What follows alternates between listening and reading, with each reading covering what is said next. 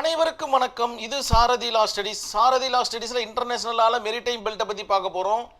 மிக மிக ஈஸியான ஒரு கான்செப்டும் கூட. அது மட்டும் இல்லாமல் உங்களுடைய நினைவில் அற்புதமாக நிற்கக்கூடிய கான்செப்ட். சி பெட்டை பார்த்துருப்பீங்க, அதே போல் தான் இந்த ஒரு கான்செப்டும் கூட. கடல் பட்டை ஏற்கனவே பார்த்தது தானே சி பெட்டு. அதனுடைய அடுத்த வேர்ஷனாக கூட நினச்சிங்க, இல்லை அதுவாக கூட நினச்சிங்க, என்ன தப்பு இருக்குது?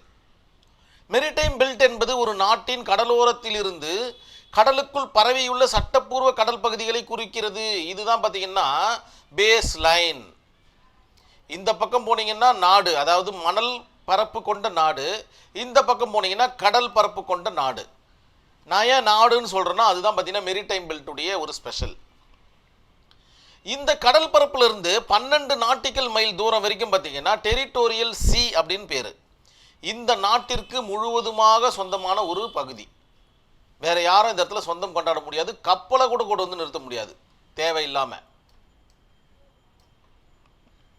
12 நாட்டிக்கல் மைலுக்கு தூரமாக இருக்கிறது பார்த்தீங்கன்னா கான்டிகியூஸ் ஜோன் அப்படின்னு சொல்லப்படுது. இதை தான் இந்த இடத்துல டெரிட்டோரியல் அண்ட் கான்டிகியூஸ் ஜோன் சொல்லப்பட்டிருக்கு. இது அடுத்த 12 நாட்டிக்கல் மைலை தொடரும். ஸோ மொத்தம் 24 நாட்டிக்கல் மைல் இந்த மெரிடைம் பெல்ட்டோட இணைஞ்சு வருது. இது எல்லாமே பார்த்தீங்கன்னா இந்த நாட்டிற்கு சொந்தமான பகுதிகள். ஆனால் இந்த இடத்துல பார்த்தீங்கன்னா மற்ற நாட்டு கப்பல்கள் உலா வரலாமான்னு கேட்டிங்கன்னா கண்டிப்பாக உலா வரலாம். ஆனால் இந்த பெட்டில் இருக்கிற சோர்ஸை எதுவும் எடுக்க முடியாது. இது சிறப்பு அதிகாரம் கொண்ட ஒரு இடம். இதுதான் பார்த்தீங்கன்னா மெரிடைம் பெல்ட் இல்லையா? சிறப்பு அதிகாரம் கொண்ட இடம் இந்த நாட்டிற்கு மட்டுமே சொந்தமானது. வேற எதனா நாடு வந்துச்சுன்னா சிறப்பு அதிகாரம் பெற வேண்டும். அப்படி இவங்க எடுக்கிற மாதிரி இருந்தாலும் இன்டர்நேஷனலால் சிறப்பு அதிகாரம் பெற வேண்டும். பெரிய அளவில் இருக்காது, ஃபார்மாலிட்டிஸ். நான் எடுக்க போகிறேன், அவ்வளோதான், முடிஞ்சு போச்சு மேட்ரு. தாராளமாக எடுத்துக்கலாம். எப்போ இந்த கான்டினென்டல் செல்ஃப் தாண்டி நீங்கள் எடுக்கணும்னு ஆசைப்படுறீங்களோ அதற்கு பிறகு தான் பார்த்தீங்கன்னா நம்ம இன்டர்நேஷனலால் கவர் ஆகிறோம்.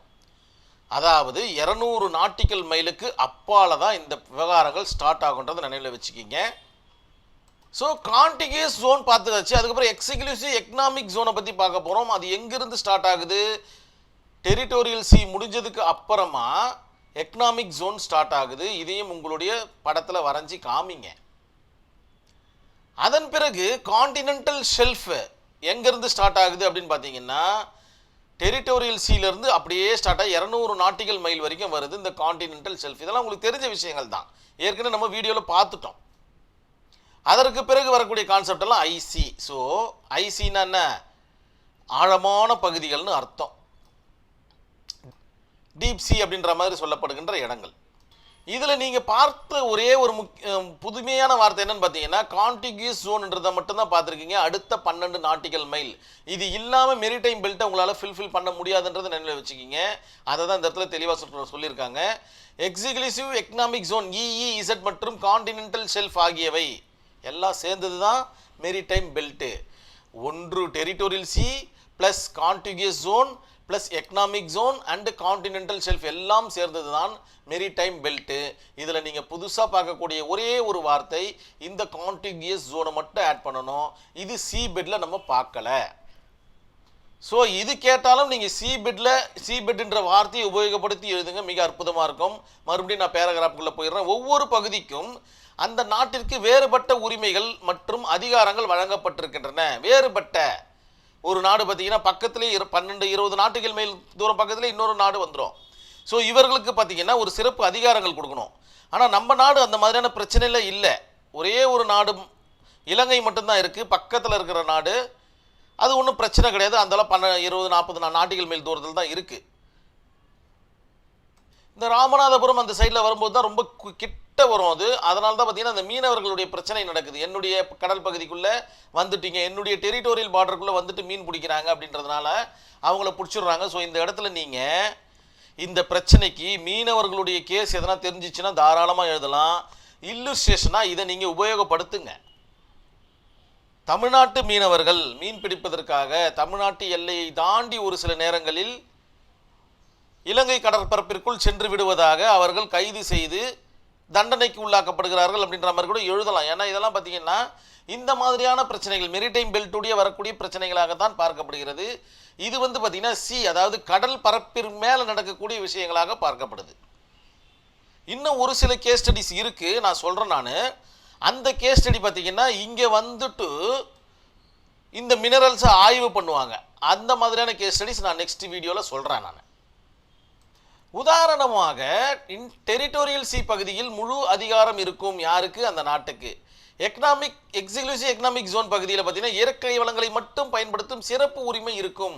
மேலே வந்து பார்த்தீங்கன்னா கடற்பரப்புக்கு மேலே அதிகாரம் நம்மளுக்கு கிடையாது, யார் வேணாலும் வரலாம், யார் வேணாலும் போகலான்றது தான் இதனுடைய அர்த்தம். இந்த அனைத்து கடல் பகுதியிலும் சர்வதேச சட்டத்தின் கீழ் united national convention on the law of the sea UNCLOS அப்படின்ற ஒரு கான்செப்டால ஒழுங்குபடுத்தப்படுகின்றன. மெரிடைம் பெல்ட் என்பது ஒரு நாட்டின் கடல் எல்லைகளை நிர்ணயிக்கும் மிக முக்கியமான பகுதியாகும். கடல் எல்லைகளை நிர்ணயிக்கும் மிக முக்கியமான பகுதியாகும் கடல் அடியில் இருக்கக்கூடிய கான்செப்ட். ஸோ உங்களுக்கு மெரிடைம் பெல்ட்னா என்னன்றது மிக அற்புதமாக புரிஞ்சிருக்கும். இதை தான் இந்த இடத்துல ஒரு ஃப்ளோ சார்ட்டாக சொல்லப்பட்டிருக்கு. இந்த 2 கேஸ் ஸ்டடியை பார்த்துடலாம். Ennore oil spill case. Ennore துறைமுகம் இருக்குது பார்த்தீங்களா, காமராஜர் போர்ட் அப்படின்ற ஒரு இடம் இருக்குது. மொதல் கேஸ் ஸ்டடி பார்த்துடலாம். 2023-24 நடந்த ஒரு case study. Same Ennore oil spill case தான் போட போகிறீங்க. ஆனால் இயரை மட்டும் மாற்ற போகிறீங்க. 2023-24 நீங்கள் போடணும். இந்த இடத்துல 2023-24 போடுறீங்க. என்ன நடக்குது அப்படின்னு பார்த்தீங்கன்னா ஹெவியான ரெயின் பெய்யுது. அதனால் பார்த்தீங்கன்னா அதிகபட்சமான ஃப்ளட்டிங், அதாவது நீர் வந்து பார்த்தீங்கன்னா பக்கிங்காம் கால்வாயில் வர தொடங்குது. சைக்ளோன் பார்த்தீங்கன்னா ஹெவியாக இருக்கிறதுனால டிசம்பர் 2023 ஓவர்ஃப்ளோ ஆகுது. இதனால் Chennai petroleum corporation limited CPCL என்று சொல்லப்படுகின்ற அந்த ரிஃபைனரி ஆலையிலிருந்து க்ரூட் ஆயில் பார்த்தீங்கன்னா லீக் ஆகிடுது. க்ரூட் ஆயில் லீக் ஆகி அந்த பக்கிங்காம் கால்வாய் வழியாக எண்ணூரில் இருக்கிற கடல் பகுதியில் கலந்துருது. இதுதான் பார்த்தீங்கன்னா பிரச்சனை. இதனால் இம்பேக்ட் என்ன ஆகுதுன்னு பார்த்தீங்கன்னா பக்கிங்காம் கால்வாயில் ஃபுல்லாக எண்ணெய் படிஞ்சிருது. அதே போல் பார்த்தீங்கன்னா பே ஆஃப் பெங்கால், வங்காள விரிகுடாவில் பார்த்தீங்கன்னா எண்ணெய் படிஞ்சிருது. இதனால் மீன் பிடிப்பவர்களுக்கு பிரச்சனை வருது, சுவாச கோளாறுகள் வருது, மீன் இறந்து போகுது. இந்த மாதிரி பெரிய பெரிய பிரச்சனைகள்லாம் நடக்குது. ஃபிஷர்ஸ் மேனுடைய லைவ்வுட் பார்த்தீங்கன்னா இதில் கெட்டு போகுது. கிட்டத்தட்ட 787 போட்டு பார்த்தீங்கன்னா போகலை. 2301 ஃபேமிலிஸ் பார்த்தீங்கன்னா இதில் நேரடியாக பாதிக்கப்படுது. என்ன நடக்குது அப்படின்னு பார்த்தீங்கன்னா லோக்கல் ஃபிஷர்ஸ்மேன்லாம் சேர்ந்து என்ன பண்ணுறாங்க, தமிழ்நாடு பொல்யூஷன் கண்ட்ரோல் போர்டில் பார்த்தீங்கன்னா முறையிடுறாங்க. அதன் பிறகு பார்த்தீங்கன்னா நேஷ்னல் கிரீன் ட்ரிபுனல் NGT அப்படின்னு சொல்லப்படுகின்ற அந்த இடத்துல முறையிடுறாங்க. ஸோ அவர்களுக்கு உண்டான நிவாரணத்தை கேட்க CPCL நிர்வாகம் பார்த்தீங்கன்னா அவர்களுக்கு உண்டான நிவாரணத்தை இந்த வழக்கில் வழங்குது. இது ஒரு கேஸ். இன்னொன்று அதே கான்செப்ட் தான் எண்ணூர் ஆயில் ஸ்பில் கேஸ். இது என்னென்னா 2 கப்பல்கள் பார்த்தீங்கன்னா எண்ணூர் துறைமுகம் பக்கத்தில், இது எல்லாமே டெரிட்டோரியல் பார்டரில் நடக்கக்கூடிய விஷயங்கள் தான். கான்டிகியஸ் ஜோன் கூட கிடையாது, எல்லாமே டெரிட்டோரியல் பார்டரில் நடக்கக்கூடிய விஷயங்கள் தான். 2 கப்பல், அதாவது MW மாப்பிள் அப்படின்ற ஒரு கப்பலும், அதன் பிறகு MT டான் காஞ்சிபுரம் அப்படின்ற ஒரு கப்பலும் மோதிக்குது, கொலிஷன் ஆகுது. இதனால் MT டான் காஞ்சிபுரம் கப்பலில் இருந்து கிட்டத்தட்ட 250 ton of heavy fuel oil பார்த்தீங்கன்னா லீக் ஆகிடுது. லீக் ஆகி அந்த ஏரியா ஃபுல்லாக கிட்டத்தட்ட 35 கிலோமீட்டர் சரௌண்டிங் ஆயில் பார்த்தீங்கன்னா ஸ்பில் ஆகிடுது. சேம் முதல்ல சொன்ன மாதிரி தான் ஃபிஷர்ஸ்மேனுடைய வாழ்வாதாரம் பாதிக்கப்படுது, அங்கே இருக்கிற பறவைகள் இறக்கப்படுது, மீன் வளங்கள் சாகடிக்கப்படுது. இந்த மாதிரியான விவகாரங்கள் நடக்குது. இதனால் இவங்க NGT கிட்ட போகிறாங்க, நேஷ்னல் கிரீன் ட்ரிபுனல் கிட்ட போகிறாங்க, அதற்குண்டான தீர்வு வழியை கேட்டு பெறுறாங்க 2023. இந்த வழக்கு பார்த்தீங்கன்னா 2017 to 2018 நடந்த ஒரு கான்செப்ட்.